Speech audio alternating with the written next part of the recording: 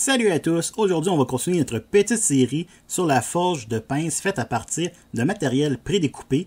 Donc aujourd'hui on s'attaque à notre quatrième type de tenaille. Il s'agit de Bolt Jaw Tongs.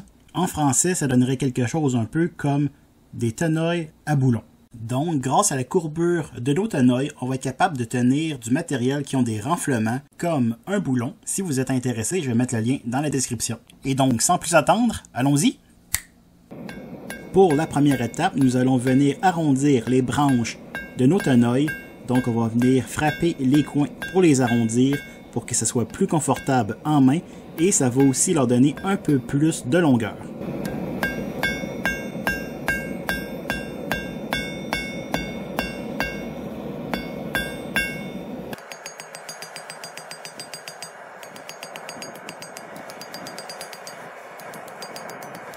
Lorsqu'on fait ce genre de tenaille, c'est toujours l'étape la plus longue et la plus plate.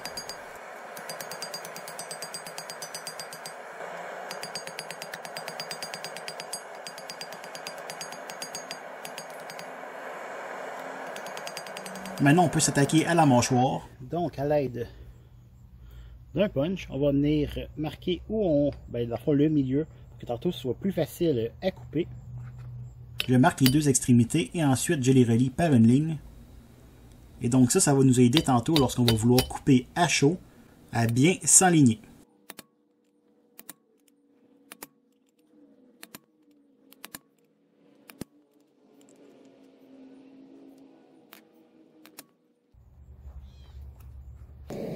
Donc maintenant on coupe nos mâchoires à chaud.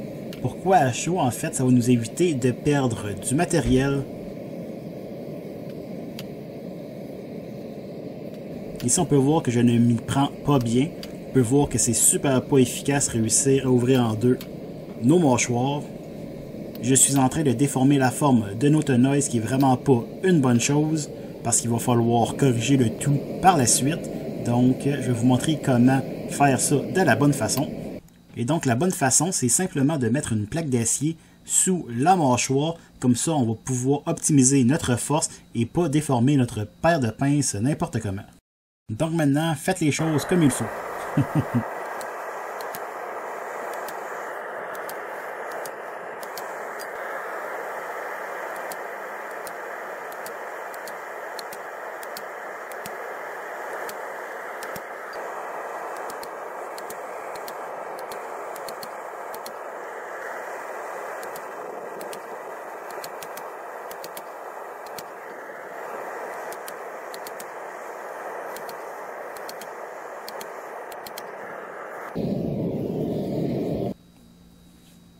À l'aide de l'arête de notre enclume, on va essayer d'ouvrir notre mâchoire.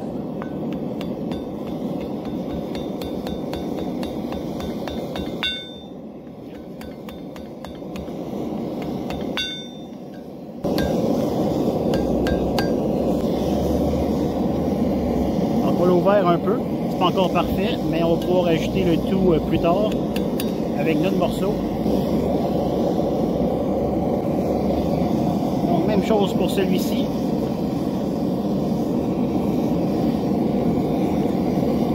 Donc ici on peut voir à quel point on a tordu nos tenailles lorsqu'on a essayé de les couper. Donc il va falloir retravailler toute la forme pour pouvoir la ramener comme elle était au début. Donc on va remettre ça à chauffer et on va essayer de faire les modifications.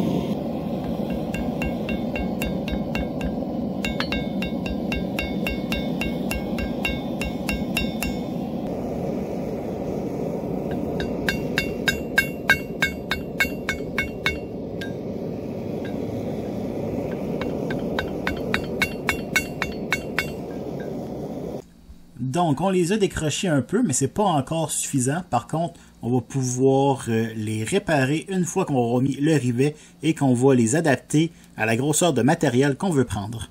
On marque l'emplacement du rivet à l'aide d'un punch. Le rivet va être d'une grosseur de 1/4, donc on va percer avec une mèche de 1/4. Et donc, voici ce que ça donne. On va maintenant mettre le rivet.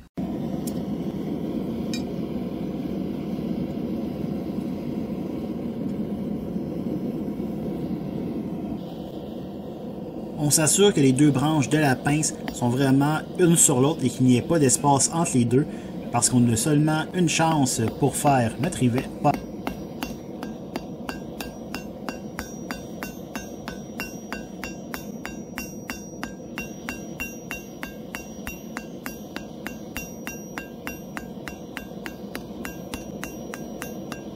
Pendant que nos pinces sont encore chaudes, on va les ouvrir et les fermer pour lousser un peu notre rivet.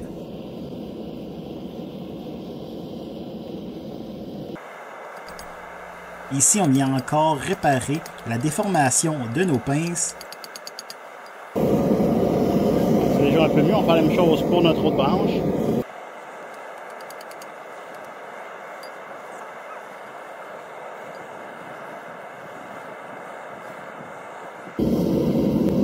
Et donc, on va essayer de prendre un carré de 1/2 pour former les mâchoires. Et ensuite, on va aligner un peu les mâchoires. On fait les derniers ajustements finaux.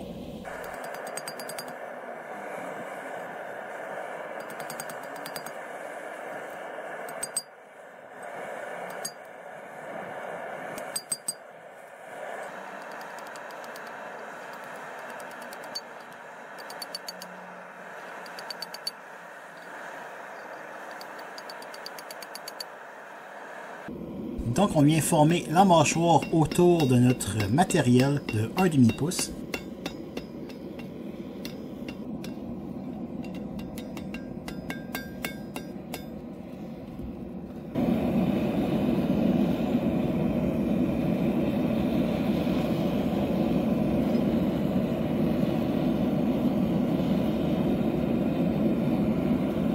On va juste attendre un petit peu que ça refroidisse et on va venir détordre un petit peu les pinces.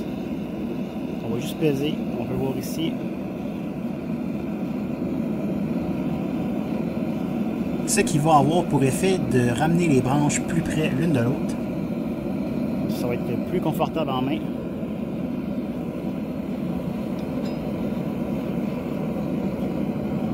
Pour la finition de nos pinces, on va donner un coup de brosse d'acier et on va finir le tout avec de la cire d'abeille.